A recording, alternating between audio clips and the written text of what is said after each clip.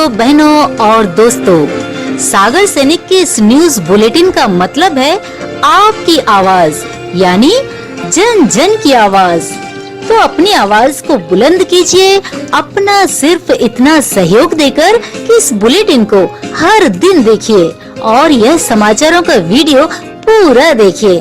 अब देखते हैं 8 AM न्यूज बुलेटिन, आपका अपना न्यूज बुलेटिन सागर सैनिक। जजों को बचाकर आप न्यायपालिका नहीं बचा सकते, करुणा और सहिष्णुता दिखाएं। जज प्रशांत भूषण केस में बोले वीसी फैजान मुस्तफा, गूंगे बार से मजबूत अदालत का निर्माण नहीं हो सकता है। कोर्ट की अवमानना के दोषी ठहराए गए वरिष्ठ वकील प्रशांत भूषण को लेकर तरह तरह की प्रतिक्रियाएं जाहिर की जा रही हैं। अब हैदराबाद स्थित नौसा यूनिवर्सिटी ऑफ लॉ के vice chancellor doctor Faizan Mustafa ने भी इस पर अपनी प्रतिक्रिया दी है।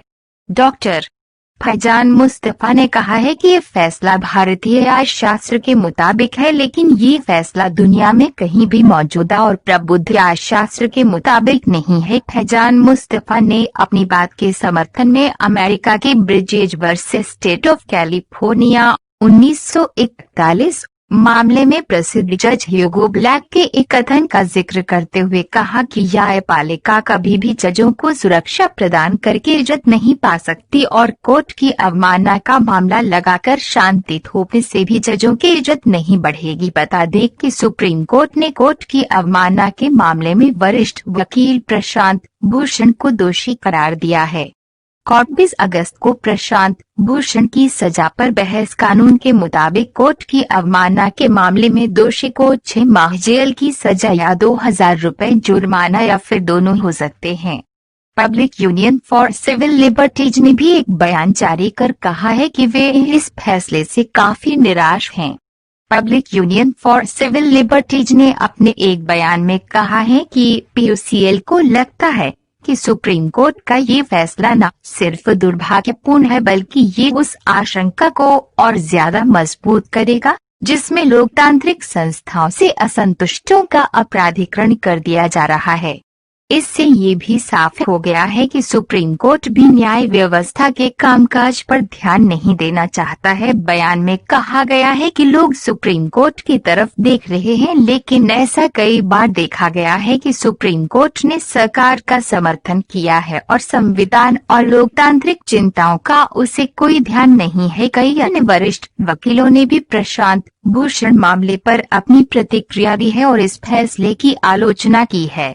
वरिष्ठ वकील संजय हेगड़े ने कहा कि ये फैसला अधिकांश पाठकों को सोचने पर मजबूर करेगा कि क्या इस मामले से लोगों की नजर में कोर्ट की कोई अथॉरिटी स्थापित होती है। उन्होंने कहा कि इससे वकीलों का मनोबल टूटेगा और एक मजबूत अदालत का निर्माण नहीं हो सकेगा। संजय हेगड़े ने कहा कि गूंगे बार से मजबूत अदालत का निर्माण नहीं हो सकता है। पोस्टमार्टम हाउस से डेड बॉडी गायब। ग्वालियर जीएच अस्पताल में भर्ती युवक की मौत होने के बाद उसकी बॉडी का पोस्टमार्टम करने के लिए पोस्टमार्टम हाउस भेज दिया गया, लेकिन वहां से डेड बॉडी गायब हो गई।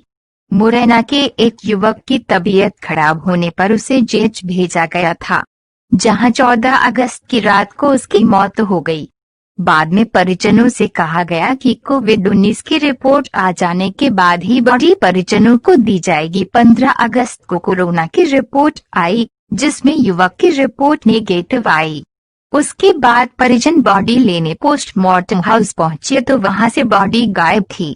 गुस्साए परिजन रात में ही कंपू थाने पहुंचे और मामले में एफआईआर दर्ज करने की बात कही। सुबह परिजन पोस्टमार्टम हाउस पहुंचे और स्टाफ व डॉक्टर पर लापरवाही का आरोप लगाते हुए मामले दर्ज करने को लेकर आक्रोश जताया। मामला कलेक्टर के पास पहुंचा तो उन्होंने तुरंत ही डॉक्टर को निलंबित करने के आदेश दिए और एक जांच कमेटी भी बना दी है। कागजों में बना डाला 200 बेड का अस्पताल।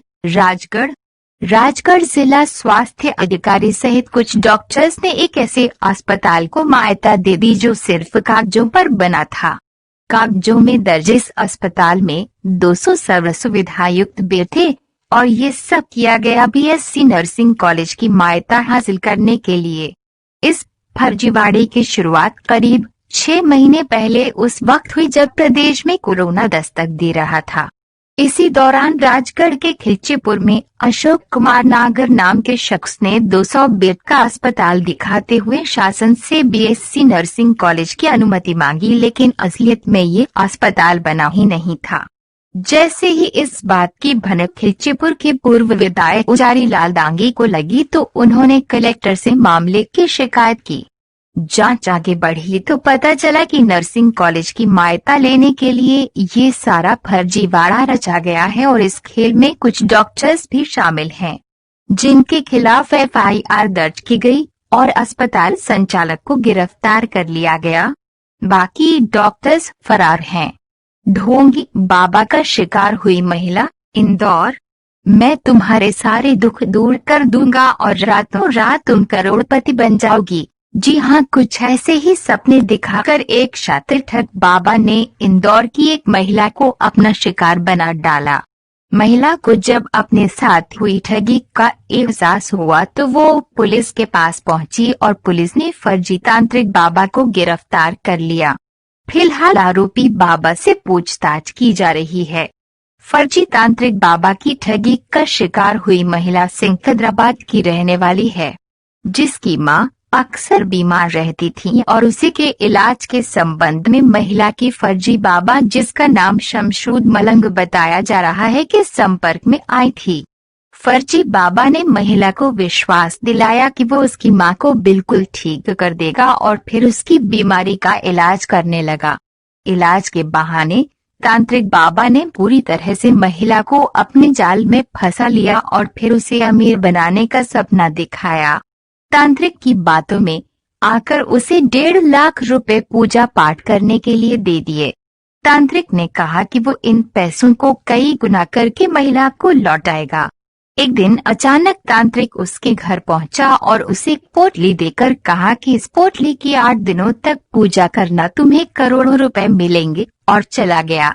जब उसने पोटली खोलकर देखी तो पोटली में बच्चों का चूर्ण और नकली नोट थे, जिन पर चिल्ड्रन बैंक लिखा हुआ था। वो थाने पहुंची और बाबा के कारनामे पुलिस को बताए। पुलिस ने आरोपी बाबा को गिरफ्तार कर लिया है और उससे पूछताछ कर रही है। यूनिवर्सिटी की वेबसाइट में दिखने लगी पोर्न लिंक। छतरपुर महाराजा छत्रसाल विश्वविद्यालय की वेबसाइट हैक कर पोर्न साइट की लिंक डालने का मामला सामने आया है। विश्वविद्यालय के 172 कॉलेजों में एडमिशन की प्रक्रिया के दौरान छात्रों ने जैसे ही विश्वविद्यालय की वेबसाइट खोली तो पोर्न लिंक देखते ही छात्रों होश उड़ गए। जब तक मामले की जानकारी यूनिवर्सिटी प्रशासन को, तब तक हजारों छात्र एडमिशन के लिए साइट खोल चुके थे। मामले की सूचना में दी गई तो घटना के बाद से विश्वविद्यालय में हड़कंप मच गया है। विश्वविद्यालय प्रबंधन ने आनन फानन में लिंक को हटवाया गया। विश्वविद्यालय के कुल सचिव पुष्पेंद्र पटेरिया का कहना है कि विश्वविद्यालय की वेबसाइट से असामाजिक तत्वों द्वारा छेड़खानी कर पोर्न लिंक डाली गई। मामले की जानकारी लगते ही लिंक हटाई गई है। विश्वविद्यालय प्रबंधन ने प्रारंभिक जांच की है, जिसमें वेबसाइट से छेड़खानी होने की जानकारी मिली है।